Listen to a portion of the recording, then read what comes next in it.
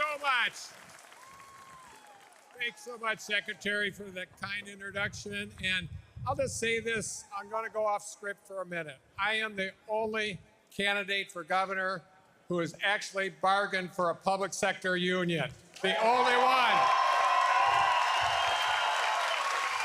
Hello, Labor Fest. It's great to be here with all of you as we celebrate holiday and everything Wisconsin workers and union leaders do to make Wisconsin strong.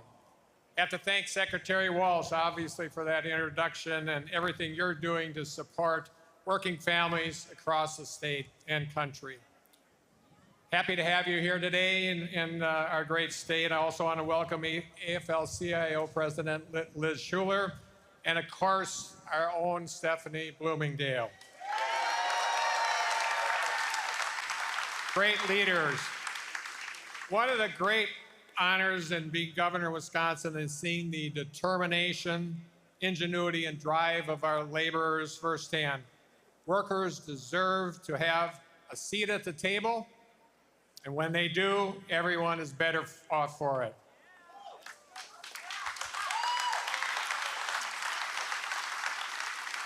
Union laborers helped create the middle class in the state of Wisconsin and created standards for workplaces, Social Security, minimum wage requirements, and more. And I will say this very slowly.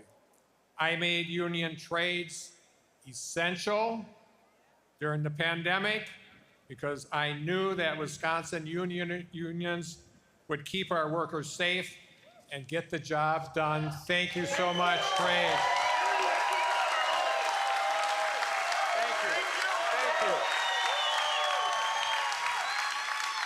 We've been able to accomplish this together to help our working families and our state succeed. You know, I fixed the damn roads because for too long our infrastructure has been unfunded and not prioritized. We've repaired nearly 5,000 miles of highway, 1,500 bridges, and a whole bunch of Scott holes. Remember those? I invested more than $150 million in filling jobs and expanding job training and apprenticeship programs. Also, workers are keeping more of their paychecks thanks to a 15% income tax cut that I signed.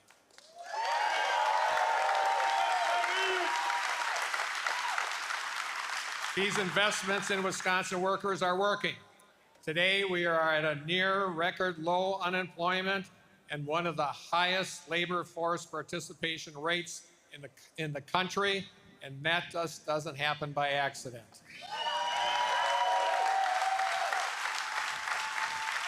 This happens because we've been doing the right thing to grow our economy, but we can do even more to fill jobs and connect workers with good-paying, in-demand jobs across the state. Just this last week, I directed funding to help prepare more than 1,400 Wisconsin students for a wide range of high-wage, high-skilled, and high-demand careers. And that's why we're using and finding regional solutions to give more Wisconsinites the opportunities to achieve their dreams. And we're going to keep working, moving Wisconsin forward together. But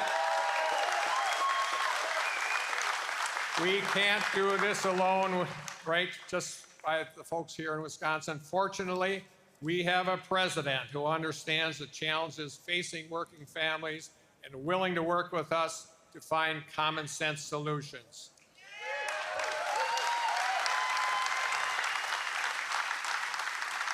And that's why I'm pleased to welcome President Joe Biden and our next speaker, Eduardo Marquez from Labor's 113.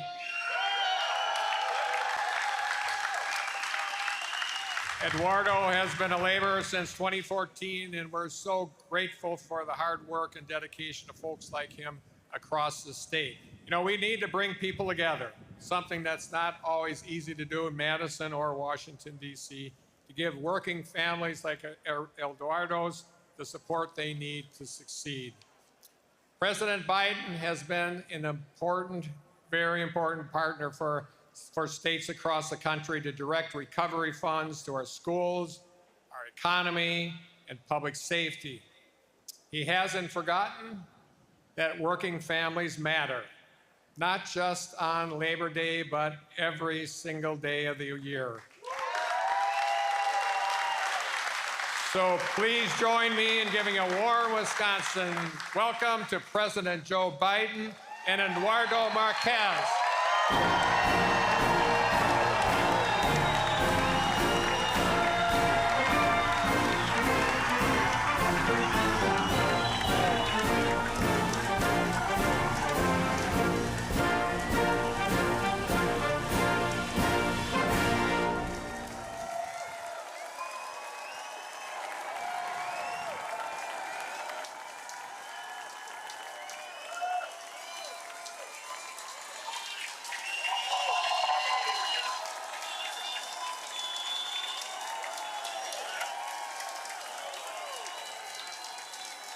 All right, guys, this is awesome. Thank you.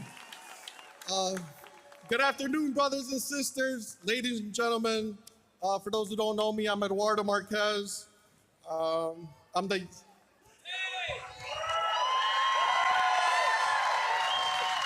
little bit about myself. I'm the youngest of 7 to immigrant parents, born in Chicago, where my father was a union carpenter.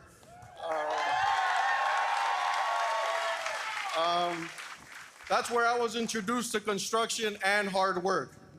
I moved to Waukesha when I was 20 years old. I've been a member of Local 113 since 2014.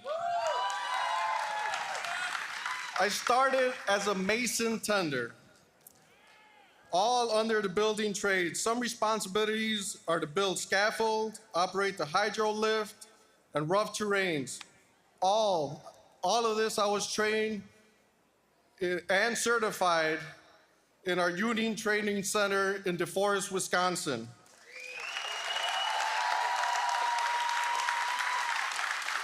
I've been working for a local contractor, Findorf, since December 2018.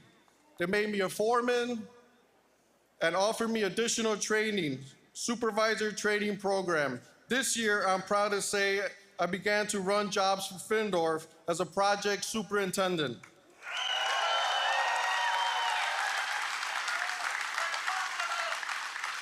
Right now, we're building a children's clinic.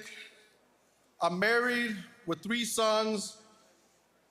Thanks to the union wages and benefits, my wife was able to be a stay-at-home mother for 6 years to raise our boys.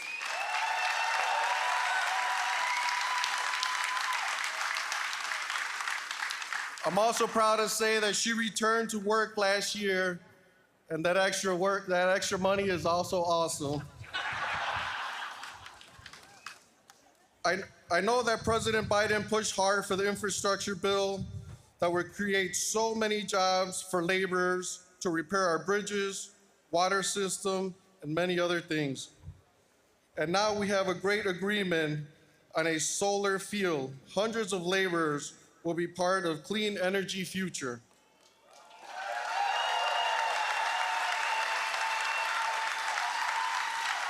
I'm so proud and honored to stand here today and say thank you, President Biden, for looking out for workers and our families. Ladies and gentlemen, President Joe Biden.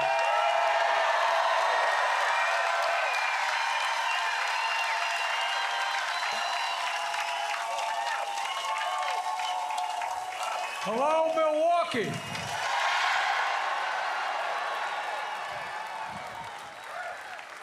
My name is Joe Biden. I am Jill Biden's husband.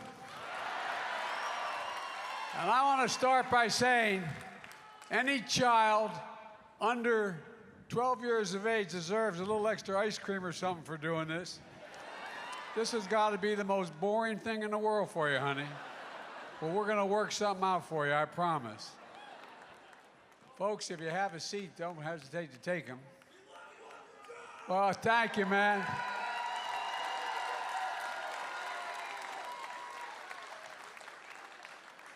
Well, you know, I think this is getting to be a pretty good year for a Labor Day. Eduardo, thank you for that introduction. It's great to be with Governor Evers. Representative Gwen Moore. Where's Gwen? There you go, Gwen. I love you, kid. You've been there every step of the way when I've needed help as president. Thank you, thank you, thank you. And Mayor Johnson, where's Mayor? Where's the mayor? There you go. He's got those two beautiful girls and the son. I tell you what. You got to tell your girls, you got to be patient with we dads. We're hard to raise. We're hard to raise. And where's the county executive? Stand up, big guy. I think these two guys spend all their time in the gymnasium. They look like they're in too good a shape.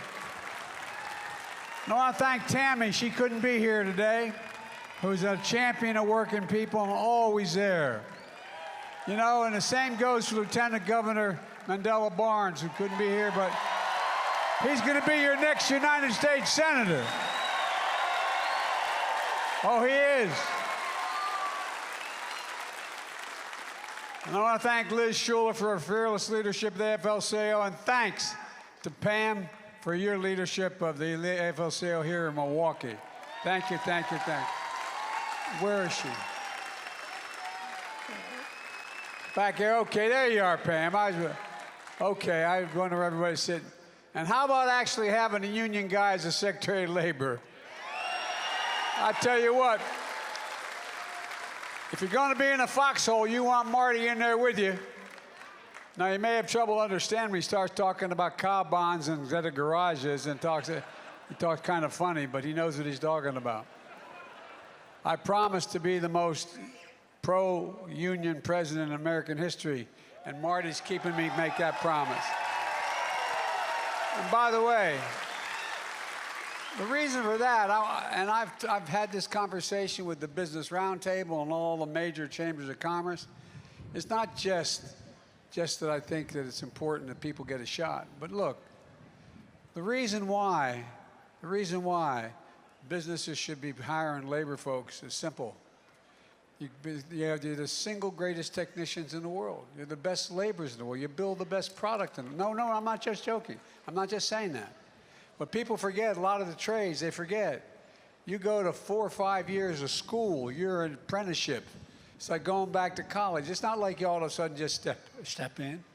You build a better product, it lasts longer, and it's cheaper for the business, and it's better for the country. Look, folks, Labor Day is a special day in the country and here in Milwaukee. This is one of the biggest Labor Day events in America you all have here. And it's a special day to me as well. Because the fact of the matter here is I wouldn't be here without unions. Unions. Electricians, iron workers, letter carriers, teamsters, laborers, bricklayers, transit workers, plumbers and pipe fitters, steel workers. I wouldn't be here without cops, firefighters, teachers, nurses. I wouldn't be here without painters, pilots, auto workers, custodians, carpenters, grocery store workers, steel metal workers, and so many others. That's not a joke. That's not a joke. I got elected when I was 29 years old with the United States Senate and with a state that had recently been right to work. You know why? Because union labor endorsed me and fought for me. So the bad news for you all is I'm here because of you. Look, the middle class built America. Everybody knows that. But unions built the middle class. That's a fact. That's a fact. Look, folks, I believe we're at an inflection point in American history. I really mean that. It comes around every 5 or 6 generations. Inflection where one of those moments where everything's changing. Everything's changing. And we're going to have to ask whether we want to be a country that moves forward or backwards. We're going to build a future, or we're going to obsess about the past. I've said many times, we're the only country in the world that's come out of every crisis we ever faced stronger than we went in it. No other nation has done that. And we do it because we've been a nation of unity, of hope, of optimism. Not a nation of division and violence and hatred being preached by some others. I want to be very clear up front. Not every Republican is a MAGA Republican. Not every Republican embraces that extreme ideology. I know because I've been able to work with mainstream Republicans my whole career. But the extreme MAGA Republicans in Congress have chosen to go backwards, full of anger, violence, hate, and division. But together, we can and we must choose a different path. Forward. No, I really mean it. We have to. A future of unity, of hope, of optimism. We're going to choose to build a better America. A better America. There's no question it's been a hard few years, but we've come a long way. Today, COVID no longer controls our lives. More Americans are working any time than all of American history. Last year, more people applied to start small business than any year in history. But it didn't just happen. We never gave up. We never gave in. And we are delivering for working and middle-class Americans now. Now.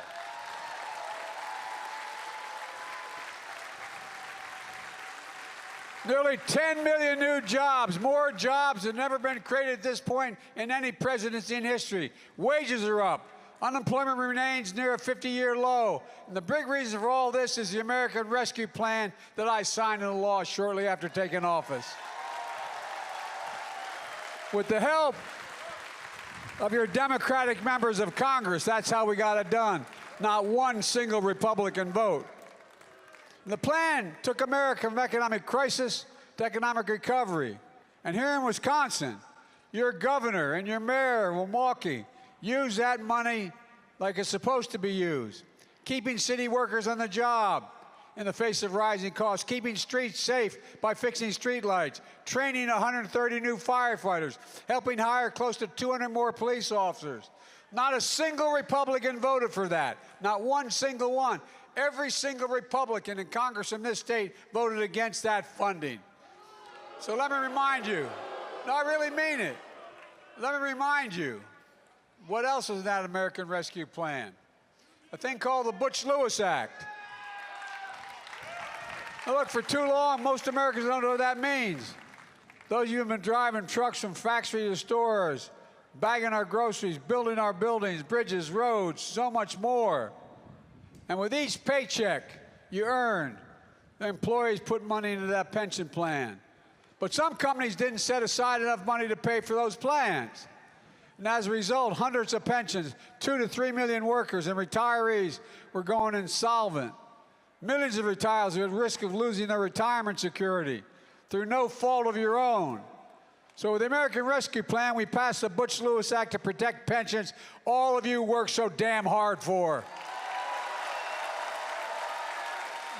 Pensions you sacrificed for. And retirement would be a little like losing your Social Security and your Medicare. It's one of the most significant achievements union workers and retirees for union worker retirees in over 50 years. And I'll say it again, not a single Republican congressman voted to protect your pensions. Not one. And by the way, I know a lot of them wanted to vote for it. They're afraid of losing primaries in this new Republican Party. They also passed once-in-a-generation investment in our nation's roads, highways, bridges, railroads, ports, water systems, high-speed internet. Folks, your governor's already repaired over 5,000 miles, 1,500 bridges in Wisconsin alone. Just a start. We will, when this is over, have the best infrastructure, not a joke, in the entire world. The single best in the world. And that means jobs. No, that means jobs. That means we continue to lead the world. You can't do it without the best ports. You can't do it without the best airports. You can't do it. I'm not going to go on, but the point is, you can't do it. Right here in Milwaukee, it's estimated 40% of the homes still have lead service water, lead pipes for their water. Because of the infrastructure law, this city is receiving millions of dollars to replace those lead pipes, to make sure families have safe drinking water. Your child shouldn't have to worry about turning on the faucet or going to school, going to the water fountain, and worried about any kind of lead in the water. Look, it's the biggest investment in America since President Eisenhower's Interstate Highway Act. And we made sure the infrastructure law included significant labor protections. For example, the majority of the funds in the law are subject to Davis-Bacon. And it's not just because I wanted to help unions. It's simple. You're the best in the world. That's not hyperbole. No, that's not a joke. You really genuinely are. You just don't decide you want to be a pipe fitter or an electrician. It takes you 4 to 5 years of hard work, apprenticeships. It's like going to college. You're the best trained workers in the world, and you deserve to be treated that way. And by the way, those of you who know me, no one ever doubts I mean what I say. The problem is I sometimes say all that I mean. I've made the same comments to the Business Roundtable, to the Chamber of Commerce. They understand it. They don't want to pay it. They understand it, though, because it's true. I also signed the Chip and Science Act, a groundbreaking law. Will once again manufacture semiconductor chips that power every day, everything, our smartphones, dishwashers, automobiles, national security stuff, right here in America. Guess what? We invented it here. We invented it here in America.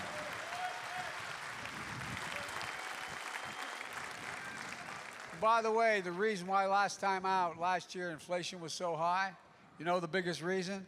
Cost of automobiles. You know why they cost so much? They didn't have the computer chips to make the automobiles. Folks, here in Wisconsin, Senator Baldwin made clear that you're ready to take advantage of this law. With world-class universities and a workforce that knows how to manufacture projects here in Wisconsin.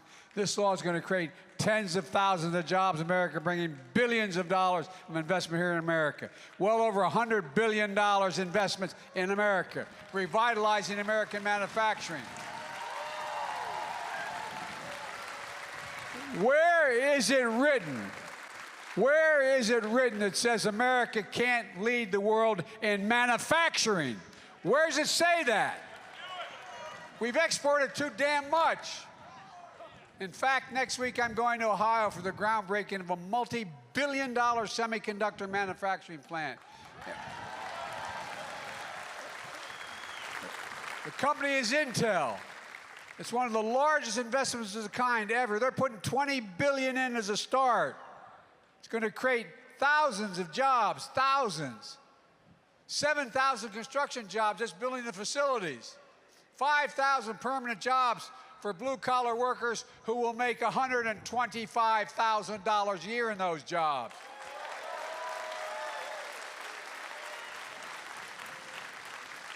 And by the way, if you take a look, manufacturers all over the world are coming to the United States, from Korea, from Japan, from all over the world. Why? You know why the head of the outfit out of Korea told me they're coming here? Because we have the safest environment and the best workers in the world. That's a fact. We do. I'm not just saying this. This is real.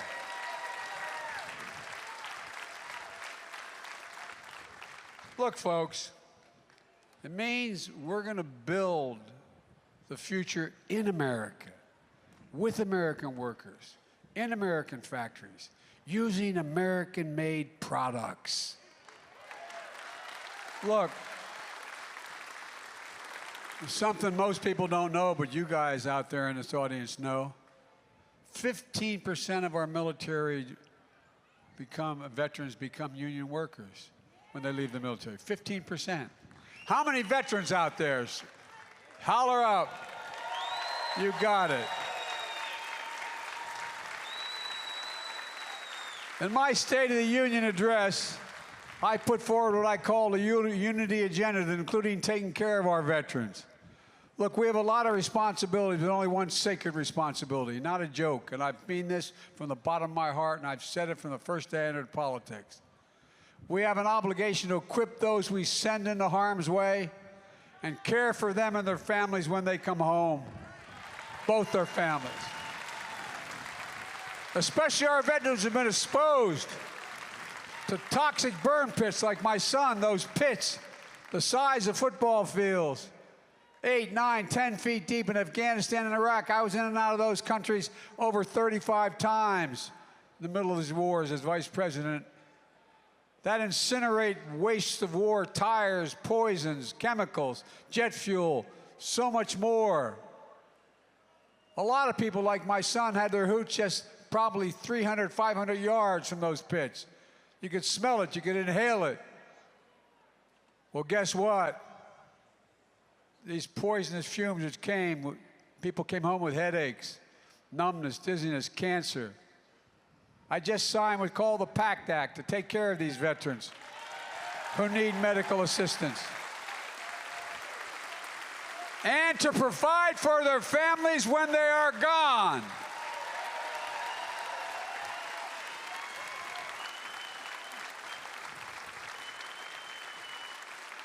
For God's sake, it's the least we can do. It's the least we... Well, I'd love you too, kiddo, I'm telling you. Look, like I said, I believe we have a lot of obligations. We have a lot of obligations, only one sacred obligation. And that's to take care of those vets we send overseas and when they come home. No, I know, but I really mean it. And as I said, I just signed into law a historic Inflation Reduction Act.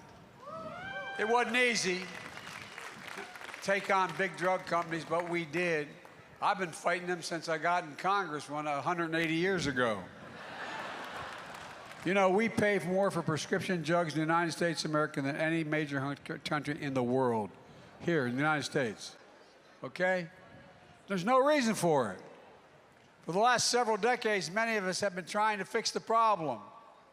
But for decades, Big Pharma tried to block giving lower drug prices for those on Medicare or anywhere else. For decades, Big Pharma won year in, year out because they owned chunks of the Congress, because they had to help, like your senior senator, Ron Johnson, who said, no, I want to say what he said.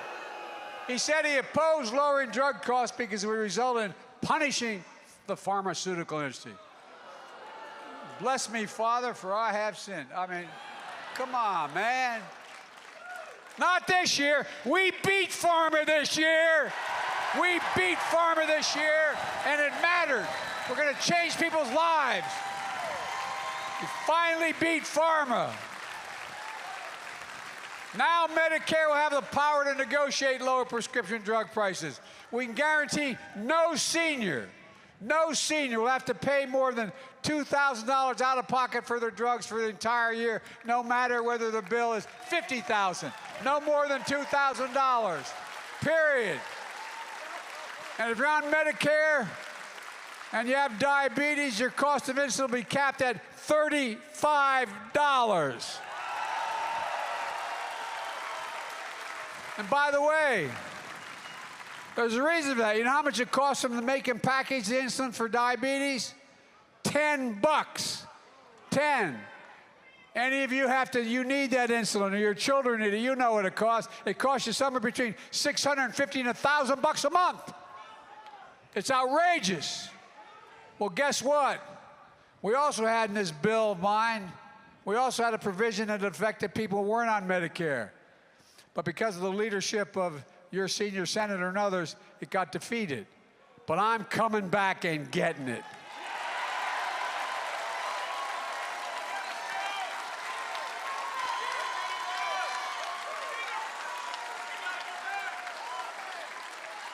Imagine, think about this. Imagine being a mom or a dad. I mean this from the bottom of my heart. Imagine being a mom or dad with a kid with type 2 diabetes, knowing you need that insulin, and you don't have the insurance. You can't pay for it. I'm not joking. Think about it. Think about how it'd rip your heart out. It's wrong. It's simply wrong, and we're going to end it. It costs $10, and you can make 35 if you want. That's it.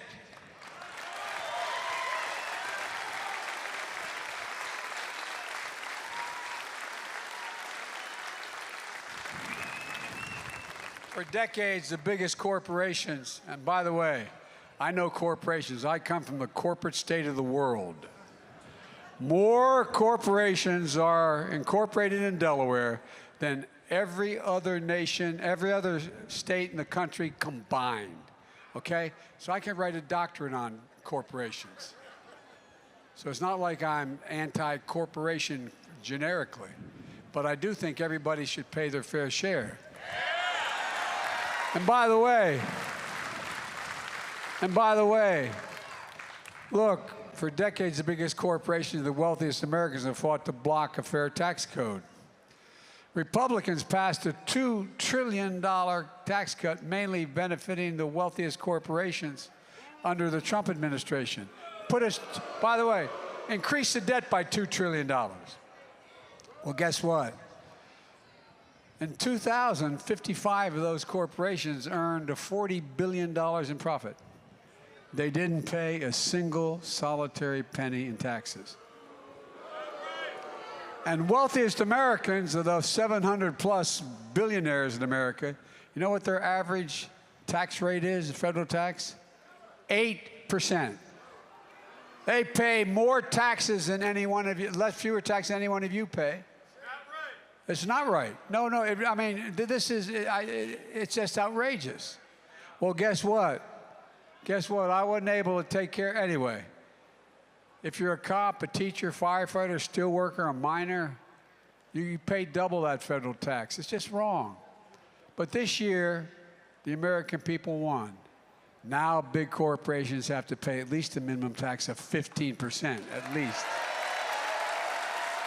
The days of billion-dollar companies paying zero, they are over in America. And they know they can afford it. And while we're doing this, we're actually reducing the federal deficit. You know how they talk about responsible debt? The last guy left me with a giant deficit. Well, guess what? In my first year, I reduced the deficit by $350 billion. And you know how much? You know how much I'm reducing the deficit this year? $1,500,000,000 reduction in the deficit.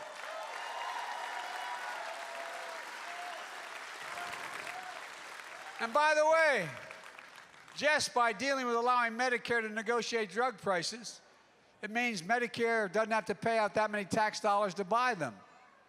That alone is going to reduce over time $300 billion in the deficit. You would think the Republicans really cared about reducing inflation, they'd vote for the Inflation Reduction Act. But every single Republican in the House and Senate voted against it. Every single Republican in the House and Senate. Now, I admit, some of them voted against it. They thought it made sense, but they couldn't let Biden, quote, have a victory. It's not my victory. It's the American people's victory.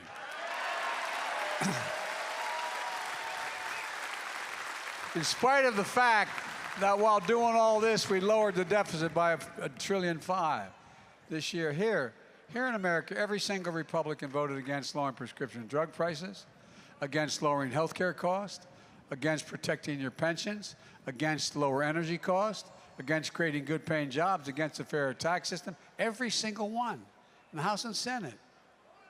Every one. And one thing more. When Franklin D. Roosevelt signed the National Labor Relations Act, when it passed in the 30s, he didn't say it was okay to be a union. He said in the act it says we should encourage unions. Encourage. Well, I'm encouraging unions. That's what I've been doing from day one. It includes for public service sector workers in Wisconsin as well. Today, support for unions in this country is higher than it's been in nearly 60 years. Think about this. You guys know the numbers. Unions have more support today in America in public opinion than any time in 60 years. It's a key way to building the economy, to grow us from the bottom up and the middle out. I'm so sick and tired of trickle-down economics.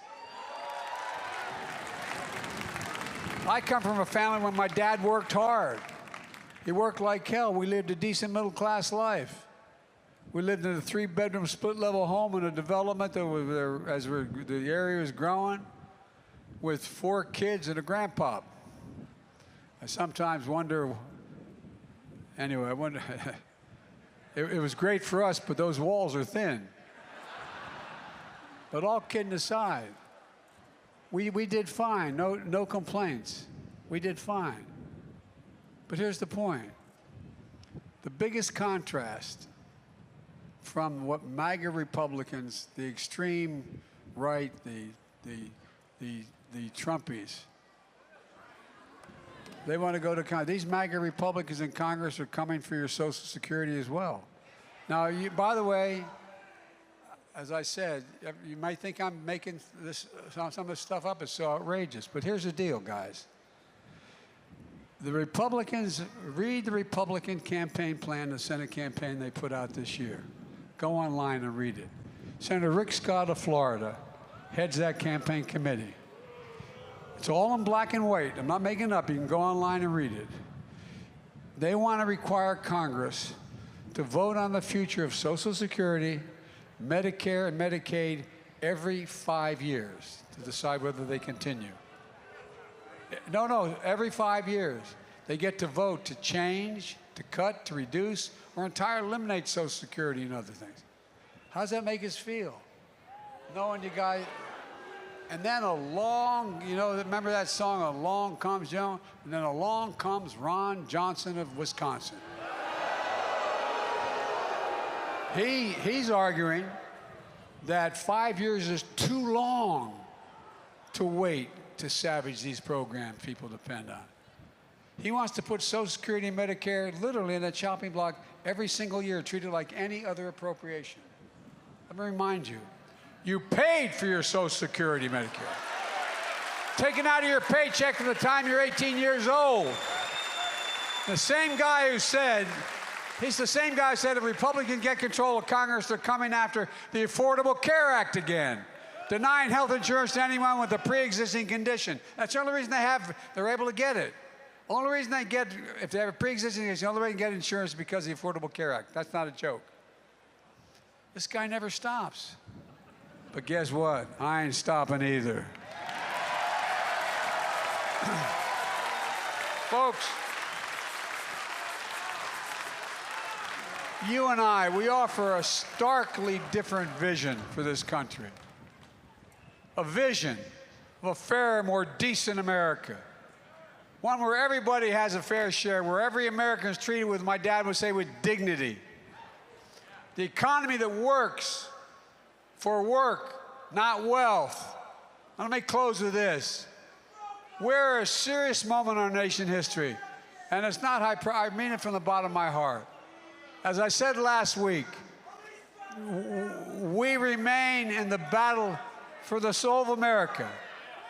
By the way, all right, God love you. Let him go. Let him go. No, don't let him go. Look, everybody's entitled to be an idiot. No, everybody's entitled. Okay? Look.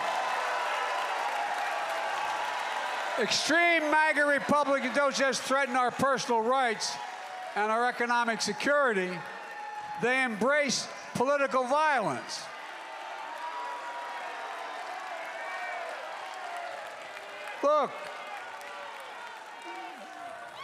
Look, the reason, I'm not talking all Republicans, I'm talking about these extreme MAGA Republicans. Think about it. Think about it.